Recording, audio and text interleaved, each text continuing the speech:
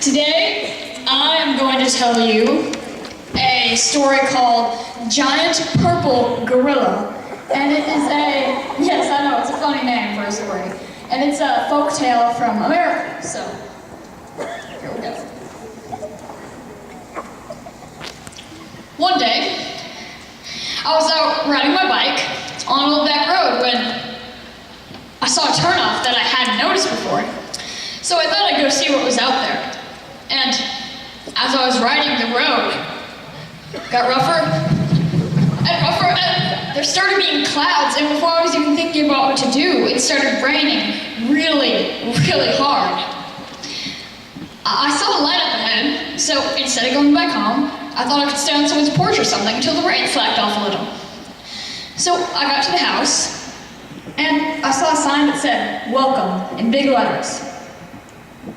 I put my bike up on the porch, and I was about to knock on the door when I saw another sign that said, "Come in." So I opened the door,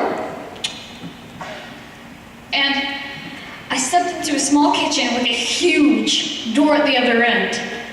It was bolted shut, and it had a sign on it that said, "Keep out." Now, among my friends, I was known to be a very mischievous kid, and when I saw that door, I just couldn't help myself.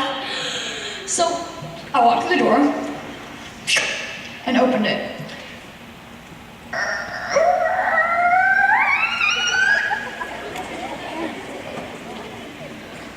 And I stepped into this great big room. And it had stairs at the other end. So I ran down these stairs and I got to another door. And the sign on this one said, "No admittance. This means you."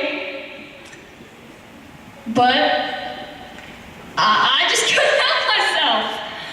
So I opened it.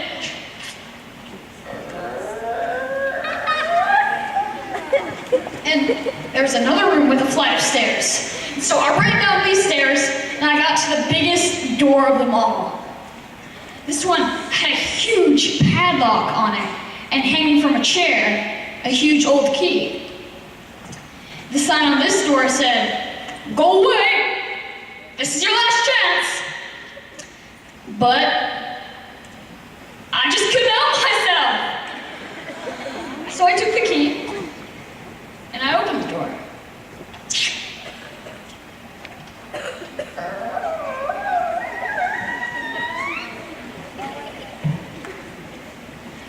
And I stepped into this great big room.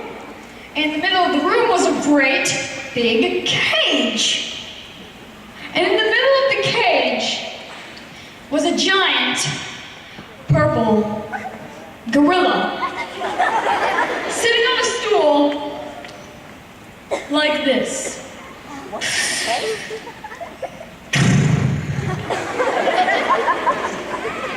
There was a sign on the bars of his cage, and it read, "Do not pet the gorilla. You can feed him, you can taunt him, you can hit him with a chair, but do not pet the gorilla." There were some bananas next to his cage, so I picked him one up, and I tossed it to him. And he caught it, like this. Then he peeled it, and ate it.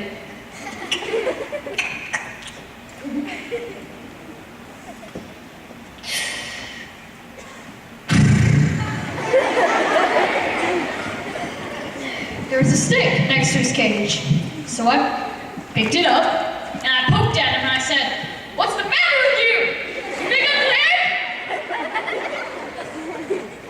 But he just sat there, like this.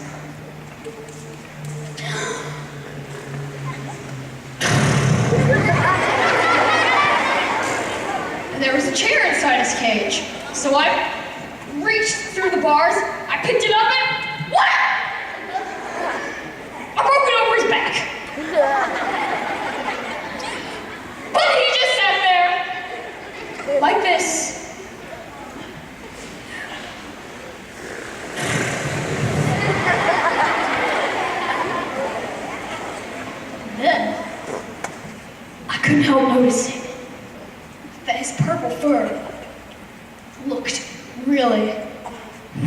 soft. And I really, really wanted to pet it. Yeah, I knew I shouldn't, but it just looked so soft. So I reached my hand through the bars of his cage. The gorilla didn't even look at me. He just sat there, like this.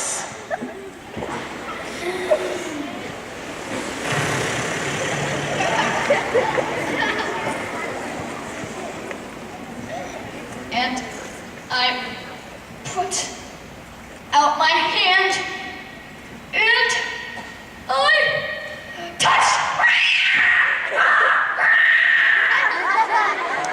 I turned around and I got to the first door and the sign on the back of it said, "Told you so." And I heard the gorilla and I looked behind me and he was going. And I ripped open the bars of his cage and I ran the next 5 stairs and I asked the next door and it said, "Don't say we didn't warn you."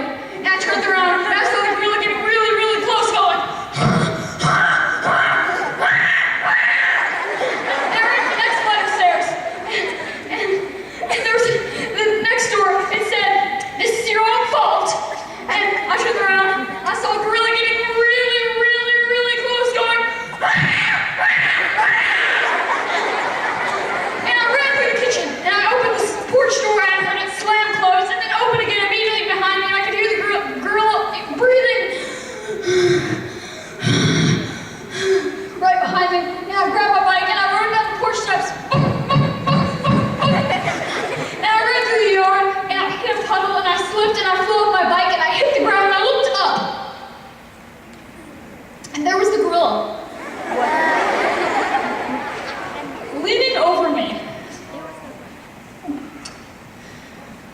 And he reached out with one of his big, purple, hairy hands. With its big, black